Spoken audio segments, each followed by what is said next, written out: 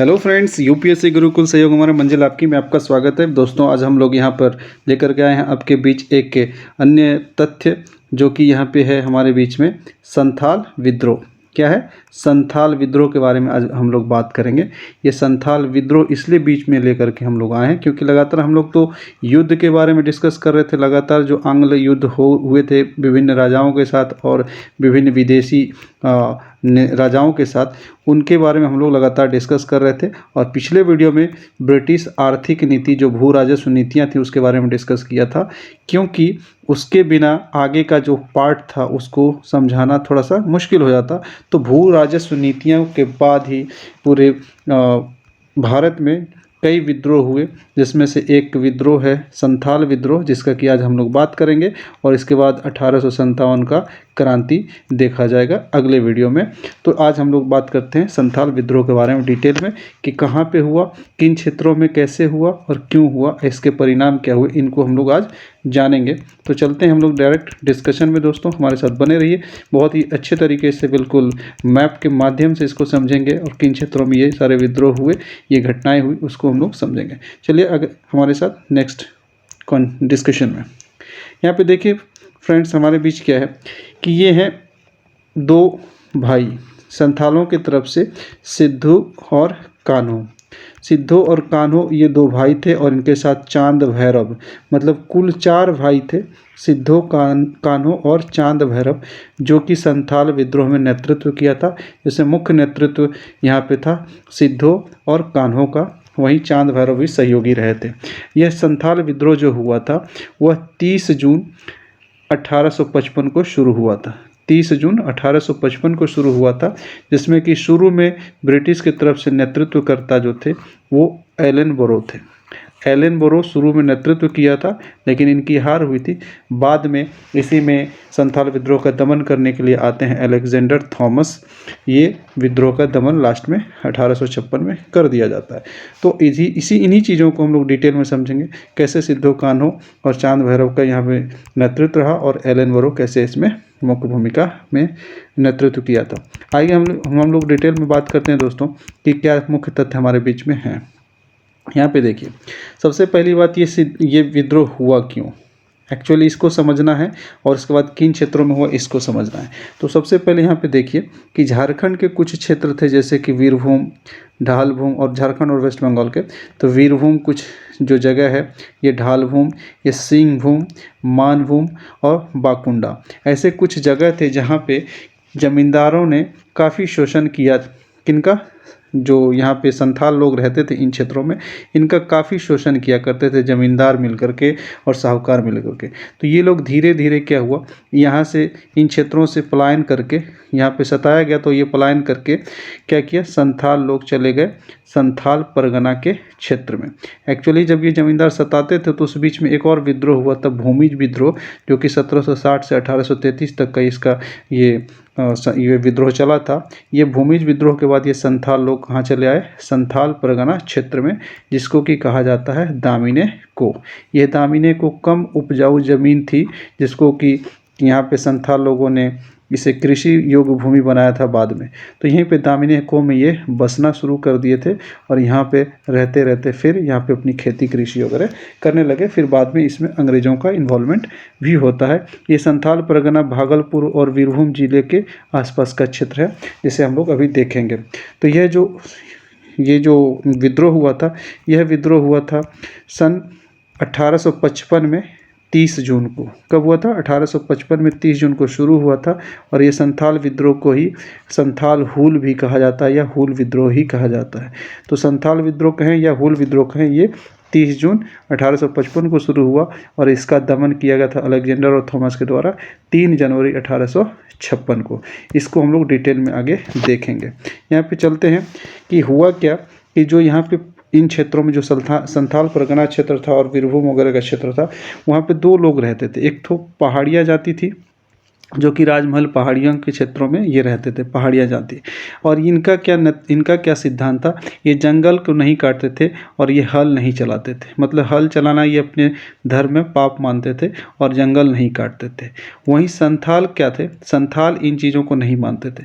संथाल लोग काफ़ी मेहनती हुआ करते थे और जंगल काट करके कृषि किया करते थे, झूम कृषि किया करते थे। तो संथाल क्या किया कि लगातार जंगल का दोहन किया, काट करके कृषि के लिए ज़मीन तैयार किया। और इन ज़मीन को तैयार करने में ये पहाड़ियों को पूरा इसमें पहाड़ियों को दिक्कत हुआ। तो पहाड़िया जो जनजाति थी, ये पहाड़िया जनजाति क्या किया, इसका विद्रोह धीरे धीरे करने लगा।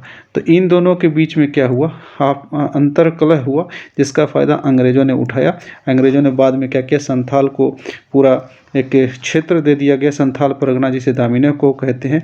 उन क्षेत्रों में लगातार अपनी कृषि व्यवस्था को बढ़ाते रहा, जंगल की क्षति करते रहा, जिसके कारण पहाड़ियाँ सीमित हो गई। और संथाल के जनजातियों से अंग्रेज जो है भू राजस्व के लिए यहाँ पे लगातार कृषि के लिए इनको प्रोत्साहन देता रहा। और बाद में जब कृषि दर को काफ़ी ऊंचा कर दिया गया तो अंग्रेज़ों के साथ इन संथालों का संघर्ष बढ़ने लगा, क्योंकि ज़मींदार और साहूकार इन संथालों का काफ़ी शोषण करते रहते थे। तो इसी चीज़ को हम लोग को समझना है कि जंगल काट करके झूम कृषि करते थे। ये राजमहल में इन्हें बसाया गया था अंग्रेज़ों के द्वारा ही, जो कि वो दामिनी कोह का क्षेत्र था। फिर क्या हुआ, 1832 में ये दामिनी कोह को स्थापित किया था अंग्रेज़ों के द्वारा, जिसमें ये संथाल लोग आकर के बसे थे। कब बसे थे, 1832 के आसपास, भूमिज विद्रोह के बाद। उसके बाद इसमें जब बसाया दामिनी कोह में, तो शर्त क्या लगाया अंग्रेज़ों ने, शर्त लगाया कि जो भी ज़मीन आपको दी जाएगी उस ज़मीन के 1/10वें हिस्से पे, मतलब जितना ज़मीन दिया जाएगा उसके 10वें हिस्से पर आपको 10 वर्ष के लिए खेती करना है। तो इस शर्त के साथ इसे दामिनी को दिया गया था। संथाल लोग फिर भी धीरे धीरे उस पर कृषि करना शुरू किया, लेकिन बाद में कृषि के बढ़ते उपज को देख करके ब्रिटिश को वहाँ पे लोभ हो गया और ब्रिटिश ने राजस्व की दर को काफ़ी ऊंचा कर दिया, जिसके कारण यहाँ पे लगातार ब्रिटिश का जो आमदनी था वो तो बढ़ता गया, लेकिन संथालों की जो भूमि थी वह धीरे धीरे क्या हुआ, घटती गई। भूमि घटने का इसमें कारण था कि ब्रिटिश लगान दर को उच्च कर दिया। अब उच्च दर को चुकाने के लिए ये साहूकार के पास लोग चले जाते थे, जो संथाल लोग थे वो साहूकार के पास चले जाते थे। अब साहूकार के पास जाने के बाद क्या होता था कि पैसा लेता था, अपनी ज़मीन गिरवी रखता था और इसे सूद के साथ नहीं चुकाया जाता था, तो ये साहूकार लोग इनके ज़मीन को हड़प लेते थे, जिसके कारण क्या होता था, यहाँ पे इन लोगों को काफ़ी दिक्कत हुआ और संथाल लोग की ज़मीन लगातार घटती गई और ब्रिटिश का वहाँ पे आमदनी बढ़ता गया और साहूकार ज़मींदार का दमन बढ़ता गया। इन्हीं तमाम चीज़ों के कारण जो यहाँ पे है संथाल विद्रोह लगातार अग्रेसिव हुआ और संथाल जनजाति इसमें संथाल विद्रोह में कूद पड़े थे। आगे इसको डिटेल में समझते हैं, आइए हमारे साथ। यहाँ पे देखिए, सबसे पहले क्षेत्र को समझ लीजिए, जिस क्षेत्र की हम लोग आज बात कर रहे हैं, कहाँ पे यह विद्रोह हुआ। यहाँ पे देख पा रहे हैं मैप, तो इस मैप में हम लोग देख रहे हैं कि ये जो क्षेत्र है, ये वाला क्षेत्र, इधर है बिहार का क्षेत्र, इधर नीचे में इधर बंगाल का क्षेत्र, इधर इसी जगह झारखंड का क्षेत्र। तो बिहार, बंगाल और झारखंड के क्षेत्र में यह विद्रोह हुआ था, संथाल विद्रोह, जो कि बिहार, झारखंड और बंगाल के कुछ स्पेसिफिक गांव, जैसे बिहार की बात करें तो कहलगांव में, जो भागलपुर ज़िले में है। राजमहल की बात करें तो झारखंड के साहेबगंज ज़िले में है, और वहीं रानीगंज की बात करें तो वेस्ट बंगाल के बर्धमान ज़िले में। इन्हीं क्षेत्रों में यह विद्रोह हुआ था। एक्चुअली इस विद्रोह के समय ये जो क्षेत्र था, ये संथाल परगना क्षेत्र कहें या संथाल विद्रोह का क्षेत्र कहें, इस क्षेत्र की खोज जो है की थी एक बुकानन व्यक्ति ने। बुकानन कौन थे? बुकानन एज ए यात्री थे और ईस्ट इंडिया कंपनी का एक कर्मचारी था। इनका मुख्य काम क्या होता था?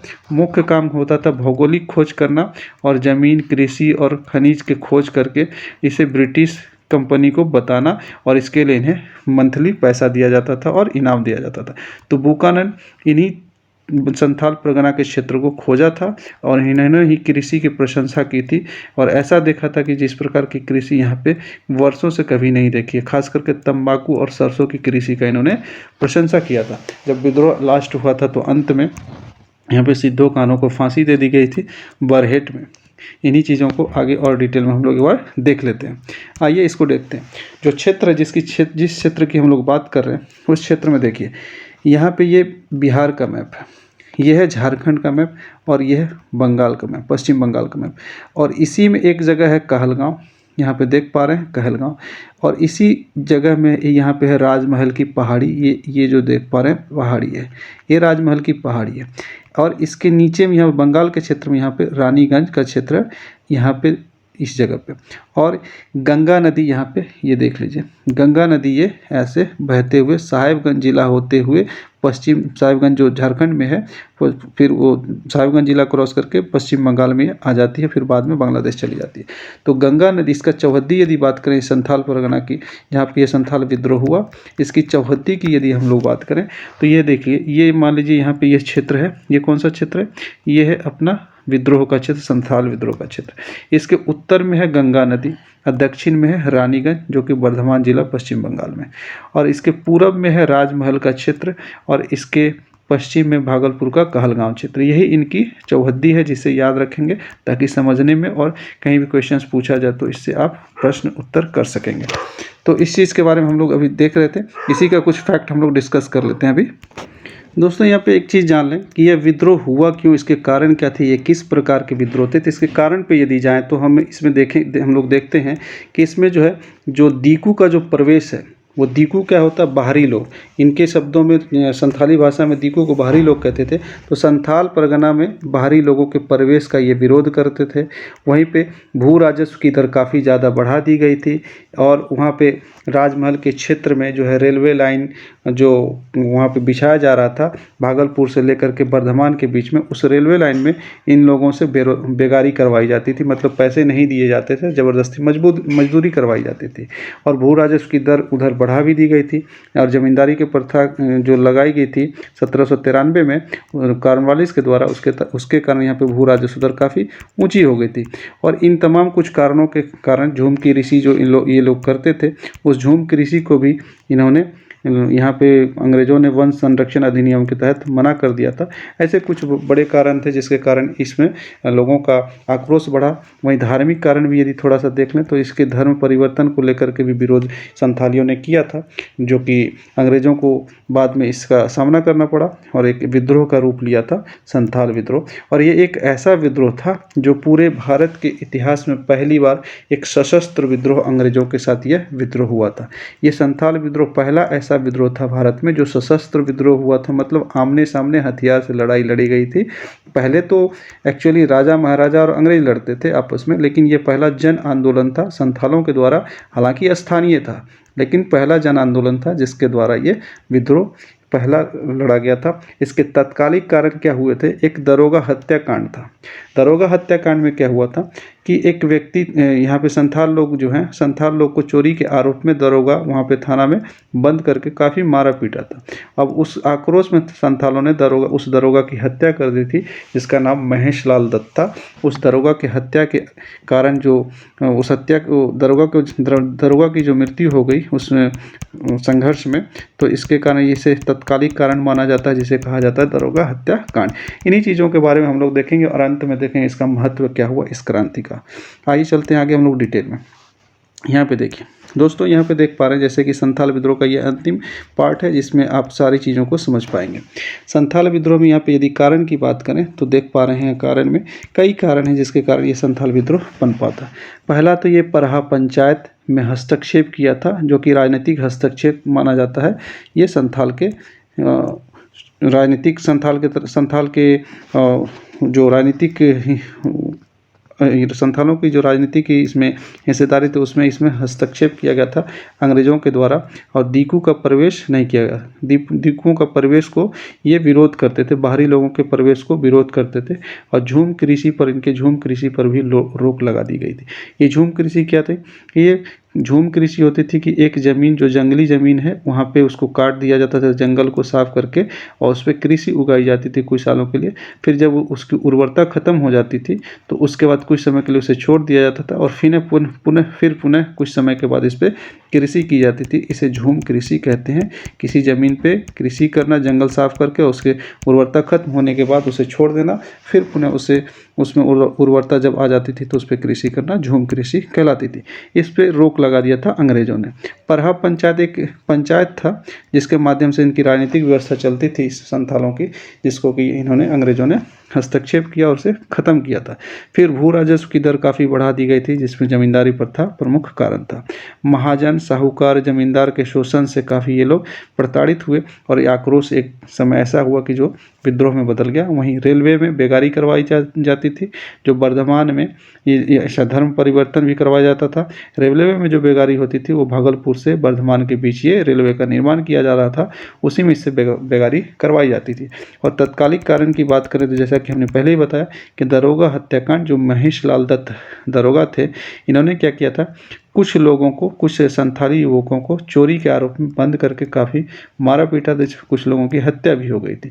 इसी के आक्रोश में संथालों ने इस दरोगा की हत्या कर दी, जिसे दरोगा हत्याकांड कहते हैं, और यह तत्कालिक कारण संथाल विद्रोह का बनता है। उसके बाद इसके स्वरूप की बात करें तो इसका स्वरूप कैसा था। इसके स्वरूप पे हम लोग यदि जाते हैं तो स्वरूप पे देखेंगे, इसका स्वरूप औपनिवेशिक शासन के खिलाफ था, शोषणकारी नीति के खिलाफ था और सशस्त्र विद्रोह था। यह पहला विद्रोह था। हाँ, स्थानीय ये विद्रोह था, क्योंकि संथाल लोग ही यहाँ पे थे और कुछ एक स्थानिक क्षेत्र थे जो बिहार, झारखंड और पश्चिम बंगाल के क्षेत्र थे, और ये हिंसात्मक रूप में यह विद्रोह माना जाता है। इसके अलावा इसमें अन्य चीज़ों को देखें, इसमें नेतृत्वकर्ता मुख्य रूप से यदि हम लोग देखें तो यहाँ पर नेतृत्वकर्ता में देखे थे सिद्धो, कान्हो, चांद, भैरव, ये 4 भाई, और ये जो चुन्नू मांझी के पुत्र थे। और इसके साथ 60,000 लगभग संथाल इसमें शामिल हुए थे। और उधर ब्रिटिश की तरफ से देखेंगे तो एलन बोरो, जो कि एलन बोरो हार गए थे।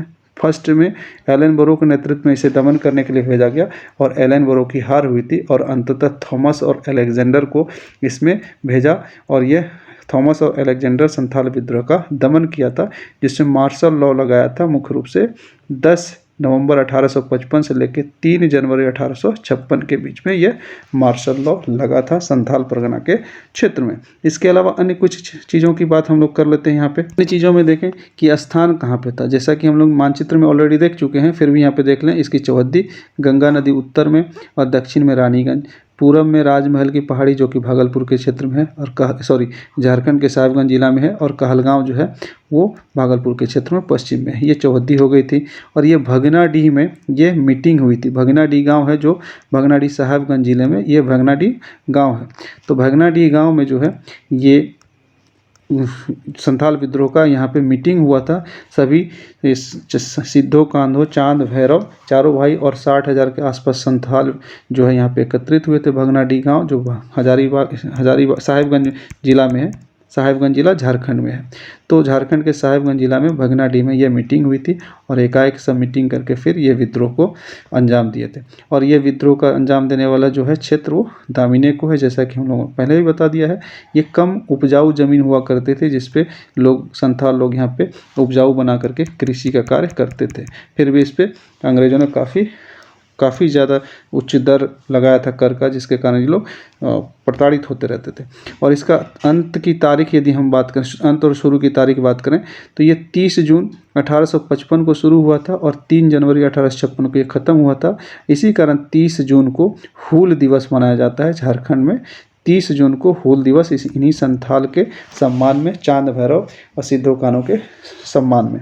और इसके अंत में क्या हुआ था, अंत यदि हम यहाँ पे बात करें तो अंत से पहले थोड़ा सा इसका महत्व देख लेते हैं। महत्व में क्या हुआ था, इसका महत्व इससे आंका जा सकता है कि इस विद्रोह का जो है जिक्र कार्ल मार्क्स ने और रविन्द्रनाथ टैगोर ने अपने लेखों में किया था। इनका इस महत्व से समझ सकते हैं कि इस विद्रोह ऐसा विद्रोह था जो अंग्रेजों की नींद हराम कर दी थी, जिसके कारण इसे कार्ल मार्क्स अपने लेख में और रविन्द्रनाथ टैगोर भी अपने लेख में इसका जिक्र किए थे। वही ये संथाल के लिए जो है यहाँ पे क्या हुआ था, संथाल के लिए नया कानून बना और परहा पंचायत को फिर से लागू किया गया था, और वहीं पे संथाल परगना को अंततः एक जिला के रूप में मान्यता दे दी गई थी 30 नवंबर 1856 को। तो यह एक उपलब्धि थी, इसका महत्व था। कार्ल मार्क्स, रविन्द्रनाथ टैगोर के द्वारा जिक्र, संथाल के लिए नया कानून, परहा पंचायत को फिर से लागू करना और संथाल परगना को जिला की मान्यता देना 30 नवंबर 1856 को। और अंत में इसमें देख लेते हैं क्या हुआ था।